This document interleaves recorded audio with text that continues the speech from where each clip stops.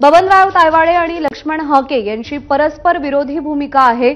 या जीआरमुळे मराठा समाजाच्या जीआरमुळे ओबीसी समाजाचं नुकसान झालेलं नाही अशी भूमिका बबनराव तायवाडेंची आहे।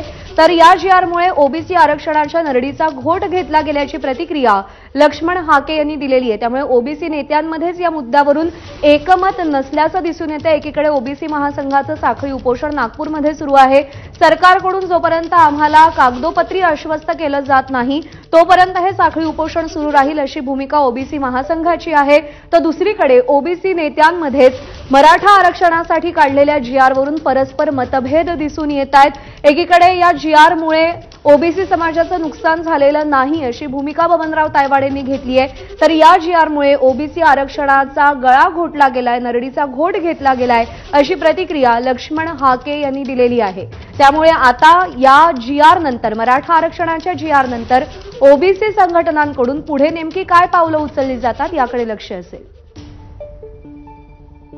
नक्कीच आम्ही समाधानी आहोत। आम्ही जो अभ्यास केला, आम्ही जे चिंतन मनन केलं या शासन निर्णयाचं, त्यामुळे आम्ही सुद्धा समाधानी आहोत।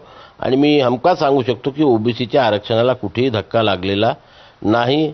सरसकट कुणब्यांची प्रमाणपत्र सुद्धा निर्गमित करण्याचा हा शासन निर्णय नाही।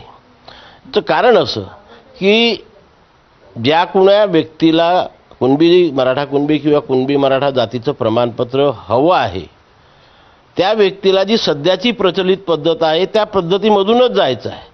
हैदराबाद गॅजेटियरमध्ये वैयक्तिक नोंदी नाहीत। पॉइंट नंबर 1, यावर्षी एवढे कुणबी होते, एवढे मराठा होते, एवढे हाच आकडा दिलेला आहे। त्या आकड्याच्या आधारे काही प्रूव्ह होऊ शकत नाही। हे बघा, असा जीआर काढण्याचा मुळात अधिकार कुठल्या समितीला अथवा मुख्यमंत्री महोदयांना अथवा शासनाला असत नाही। कारण असं एक्सक्लुजन, इन्क्लुजन किंवा आरक्षणासंदर्भातलं जे काही धोरण ठरवण्याचा अधिकार आहे, संविधानिक अधिकार आहे, तो स्टेट बॅकवर्ड कमिशन अथवा सेंट्रल बॅकवर्ड कमिशनला आहे। गावातील, नात्यातील, कुळातील म्हणजे सगळे सोयरे सर सकट असा या 3 शब्दाचा अर्थ होतो। त्यामुळं मला वाटतंय ओबीसी आरक्षण हे या शासनानं संपवलेलं आहे आज रोजी।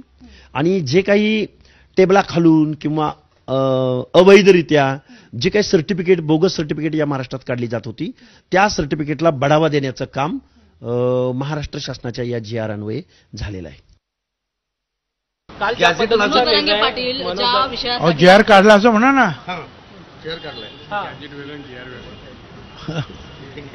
आता काल जो काही जीआर काढलेला आहे